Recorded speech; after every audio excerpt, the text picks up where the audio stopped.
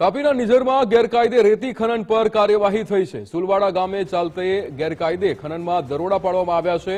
જે રીતે કાર્યવાહી દરમિયાન 1 કરોડથી વધુનો મુદ્દામાલ પણ જપ્ત કરવામાં આવ્યો છે, જેમાં 5 બોટ, 3 ડમ્પર રેતીનો જથ્થો જપ્ત કરવામાં આવ્યો છે। સચિન ચૌધરી, ગોવિંદ ઠાકરે, રાજેશ પવાર નામના આરોપીઓની સામે કાર્યવાહી થઈ છે। નિઝર અને કુકરમુંડામાં તંત્ર કાર્યવાહી ન કરતું હોવાનો સ્થાનિકોનો આરોપ હતો।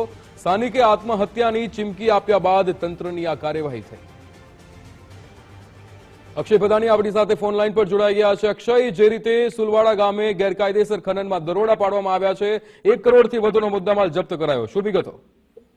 જી, તાપી જિલ્લાના નિઝર તાલુકાથી પસાર થઈ તાપી નદી કિનારે કેટલાક સમયથી ગેરકાયદેસર રેતીનો મોટો વ્યાપલો ચાલી રહ્યો છે, જેને લઈને ગત દિવસ અગાઉ પ્રાઇસ પડે પણ રેડ પાડી હતી। ત્યારબાદ સ્થાનિક તંત્ર જાગ્યું છે અને સ્થાનિક તંત્રમાં પ્રાંત દ્વારા નિઝર તાલુકાના સુલવાડા ગામે રેતી ખનન માફિયાઓ પર સવાઈ કરવામાં આવી હતી, જેમાં ગેરકાયદેસર જે નાવડી ચલાવનાર લોકો હતા તેના પર રેડ કરી હતી। તે રેડ દરમિયાન સ્થાનિક તંત્ર અને સ્થાનિક લોકો સાથે જીબાજોડી સહિત ઘર્ષણના દ્રશ્યો સર્જાયા હતા, જેમાં જે સ્થાનિક લોકો જે નાવડી ચલાવે છે તે લોકો દ્વારા આક્ષેપ કરવામાં આવી રહ્યો છે કે કેટલાક રાજકીય નેતાઓ અને મોટા માથાઓની નાવડી સામે કાર્યવાહી કરવામાં નથી આવતી અને સ્થાનિક લોકોને હેરાન કરવામાં આવે છે।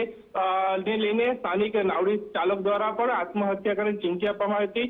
નદીમાં જ જે નાવડી ચલાવનાર લોકો છે, નાવડીમાં જ પોતાના ગળામાં દોરી બાંધીને આત્મહત્યા કરવાની ચીમકી આચરી હતી। તે દરમિયાન સ્થાનિક મહિલા પીઆઈ દ્વારા સમજાવવાના બદલે એમની સાથે ઉદ્ધરદાસભર વર્તન પણ કરવામાં આવ્યું, તેનો વિડીયો પણ હાલ સામે આવ્યો છે અને સ્થાનિક લોકોમાં રોષ જોવા મળી રહ્યો છે। પરંતુ કેટલાક વર્ષોથી આ વિસ્તારમાં ગેરકાયદેસર રીતે રેતીનો મોટો વ્યાપલો ચાલી રહ્યો છે। ખનન માફિયાઓ બેફામ બન્યા છે તેવા પણ દ્રશ્યો આવી રહ્યા, પણ તંત્ર ખરેખર જો લાલાક કરે તો આ ગેરકાયદેસર પ્રવૃત્તિઓ પર સામે રોક લાગી શકે છે। જી બિલકુલ અક્ષય, સમગ્ર માહિતી સાથે જોડાવા બદલ આપનો આભાર।